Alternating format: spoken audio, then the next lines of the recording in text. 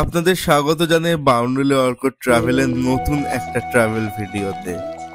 আজকের ভিডিওতে কি কি ল্যান্ডস্কেপ আমাদের জন্য অপেক্ষা করছে সত্যি জানি না আর কত অবাক করবে আমাদের এই প্রিয় কুমায়ুন ট্যুর। চলুন আজকের জার্নিটা শুরু করা যাক, আর ঘুম থেকে উঠে এরকম একটা ল্যান্ডস্কেপের সাথে। Good morning from Munsiyari. আজকে আমাদের মুন্সিয়ারি হোটেল চেক আউট করার দিন, আর আমরা চলে যাবো আজকে কৌশানীতে। শেষবারের মতো আজকে মুন্সিয়ারির এই হোটেলের বারান্দা থেকে একদম ক্লিয়ার পঞ্চচুল্লী দর্শন।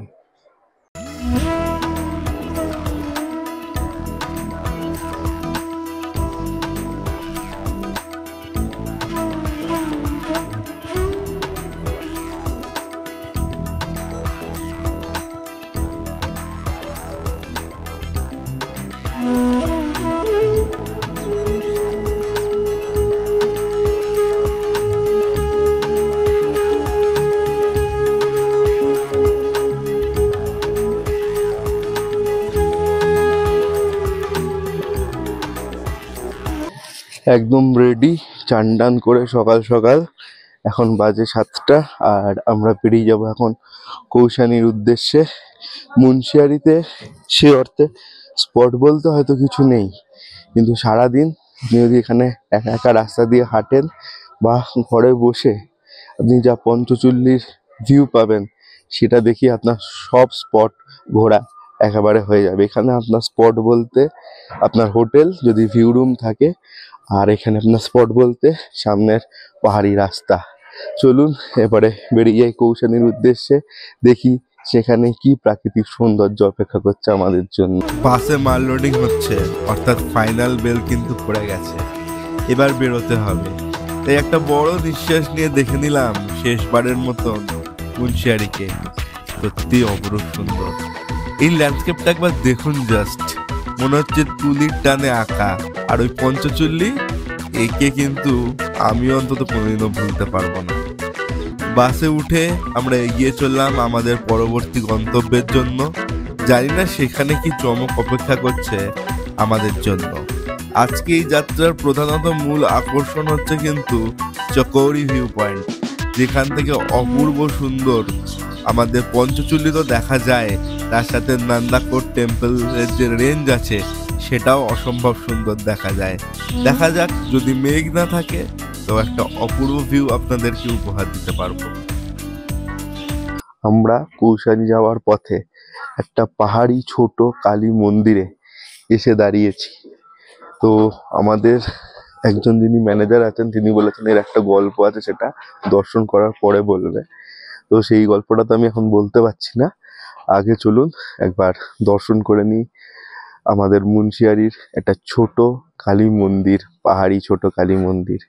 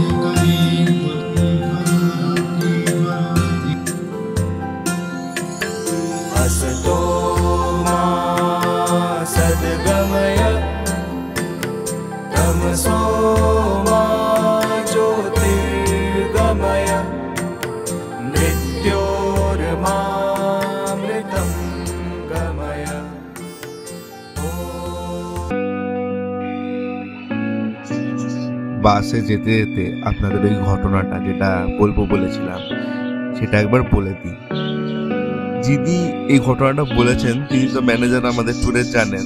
তো তিনি এর আগে একটা ট্যুর পার্টিকে নিয়ে এখানে যখন এসেছিলেন তখন কোনো কারণে বেরোতে দেরি হয়ে যাওয়ার জন্য ওনারা এই কালী মন্দিরে দাঁড়ান। সেদিনই ঘটে যায় একটা ভয়ঙ্কর ঘটনা, গাড়ির ব্রেক ফেল। অনেক কষ্টে সেই গাড়ি দাঁড় করানো গেছিল আর সবার প্রাণ কোনো মতে বেঁচেছিল। এই দেখুন, কথা বলতে বলতে গরম চা এসে হাজির। গরম চায় আমার ঠান্ডা ঠোঁটটা ঠেকিয়ে সুরুত করে একটা সুন্দর সিপ নিয়ে সামনে আমার বীরতি ফলস। আজকে কি সব যেন স্বর্গীয় ঘটনা ঘটছে আমার সাথে। আর বীরতি ফলসকে তো টাটা বলতে এসছি, এবারের মতন শেষ দেখা, আবার কোনো না কোনো দিন নিশ্চয়ই দেখা হবে। বীরতি ফলসকে পেছনে ছাড়িয়ে আমরা এগিয়ে যাচ্ছি আমাদের গন্তব্যের দিকে। অবশ্য গন্তব্য নিয়ে যে খুব একটা ভাবছি তা নয়, এই জার্নিটাই আসলে মেন, এই জার্নিটাই আসলে এনজয় করার।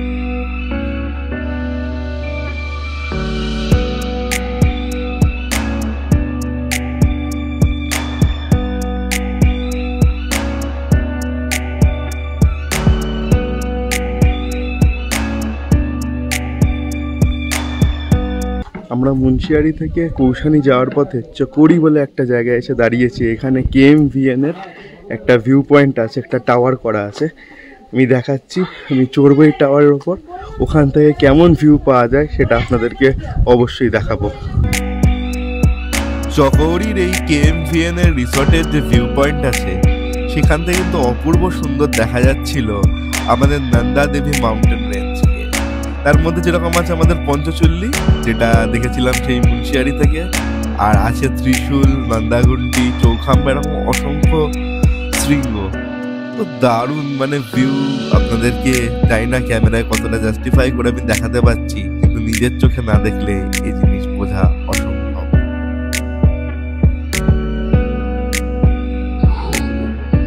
যে ভিউ পয়েন্টটা আপনাদের দেখালাম KMVN এ, সেখানে তো রিসর্ট আছে KMVN এর, সেগুলো আপনারা KMVN এর যে অফিসিয়াল সাইট আছে সেখান থেকে বুক করতে পারবেন।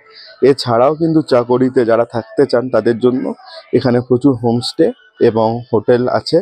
তো আমি একবার দেখিয়ে দিচ্ছি জাস্ট যে হোমস্টে হোটেলগুলো আছে একদম যে KMVN এর যে আপনার ভিউ পয়েন্ট আছে তার একদম আশেপাশেই আছে। তা ইচ্ছা করলে আপনারা এখানে এসেও থাকতে পারেন।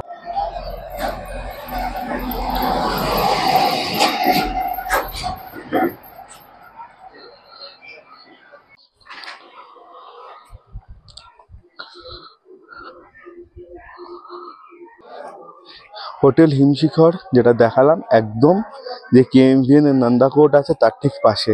তো যারা KMVN এ থাকবেন না, মনে করবেন যে রিসর্টে থাকবেন না তো পয়সা খরচা করে, তারা কিন্তু পাশের হোটেলগুলো দেখতে পারেন অপশান হিসেবে। আর আমাদের চকরিতে আমরা লাঞ্চ সেরে নিলাম, আর কোথাও থামাথামির ব্যাপার নেই। এবার একদম সোজা আমাদের কৌশানিতে। খেয়ে উঠে আবার পাইন জঙ্গলের মধ্যে হারিয়ে গেলাম। কলকাতার সময় ছুটির দিনে এই সময় নির্ঘাত একটা ছোট্ট করে ঘুম, কিন্তু এইখানে পাইন জঙ্গল, সবুজ গালিচা, এবারেল কালারের নদীর জল কিছুতেই ঘুমাতে দিচ্ছে না। পাহাড়ের প্রত্যেকটা বাঁক যেন নতুন নতুন দৃশ্যপট, নতুন নতুন গল্প নিয়ে হাজির হচ্ছে বারবার করে। ঘুমাবো কি করে এর মধ্যে? ঘুম আসে নাকি? এত সুন্দর দৃশ্য যদি চোখের চারপাশে থাকে কোনোদিনও আসতে পারে না, আমারও আসেনি। দেখুন যেমন সবুজ গালিচার ভেতর দিয়ে আমাদের গাড়িটা এগিয়ে যাচ্ছে বারবার। আর এখানে হঠাৎ করে এক টুকরো হরিদ্বার কিংবা বেনারস, এই জায়গাটা কোন জায়গা সেটা তোলা থাক পরের ভিডিওর জন্য। আমিও দেখে অবাক হয়ে গেছিলাম, হঠাৎ এরকম দৃশ্যপট পরিবর্তন। এই জন্যই মনে হয় পাহাড়কে বলে ভেরি আনপ্রেডিক্টেবল। মাঝখানে একটু মার্কেট, ভাবছেন তো হয়ে গেল প্রাকৃতিক সৌন্দর্যের দফা রফা। বিশ্বাস করুন হবে না, আপনাকে কুমায়ুন ট্যুর কখনো নিরাশ করবে না তার প্রাকৃতিক সৌন্দর্যকে নিয়ে। ধীরে ধীরে সূর্য পড়ে আসছে আর তার রিফ্লেকশন পড়ছে জলে, আর পাহাড়গুলো স্লাউটের মতো দূরে দাঁড়িয়ে আছে। এই জঙ্গল, পাহাড়, নদী সব কিছু নিয়ে মন একেবারে তরতাজা হয়ে যাচ্ছে, মন যেন আবার সবুজ হয়ে যাচ্ছে এত সবুজের ছোঁয়াতে। আমরা ধীরে ধীরে এগিয়ে যাচ্ছি আমাদের হোটেলের দিকে, আর পথ যেন আরো সুন্দর হতে থাকছে। আস্তে আস্তে দিন পড়ছে, দৃশ্যমানতা কমছে, দূরে আবার কিন্তু বরফের পাহাড়। বারবার আমাদের স্বাদ ছাড়ছে না, আমরাও স্বাদ ছাড়তে চাইছি না। বিশ্বাস করুন, মনে হচ্ছে যদি এখানেই থেকে যাওয়া যেত কেমন হতো। আস্তে আস্তে পাহাড়ের বাড়ির আলো জ্বলে উঠছে, আর ওই যেটা আগের ভিডিওতে বলেছিলাম, মনে হচ্ছে নক্ষত্র লোক যেন নিচে নেমে আসছে। পাইন জঙ্গলে গাড়ির হলুদ আলো আরো রহস্যময় করে তুলছে আমাদের এই জার্নিকে। আমরা হোটেলে পৌঁছানোর মুখে, বাকি কথা হোটেলে গিয়েই হোক।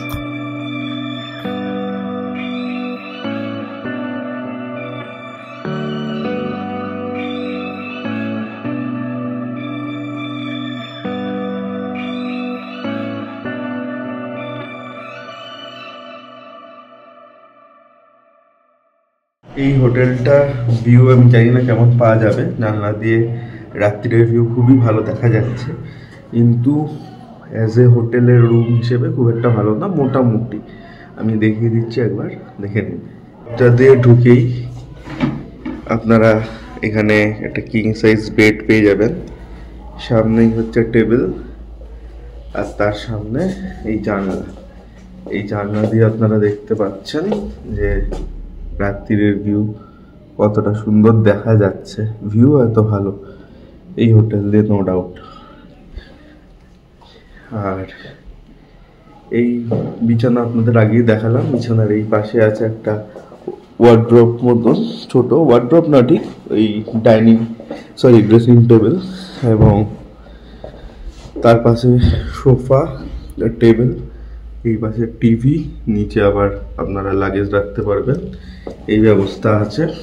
আর ঢোকার ঠিক মুখেই আপনারা পেয়ে যাবেন বাথরুম, ছোট বাথরুম, কিন্তু গিজার,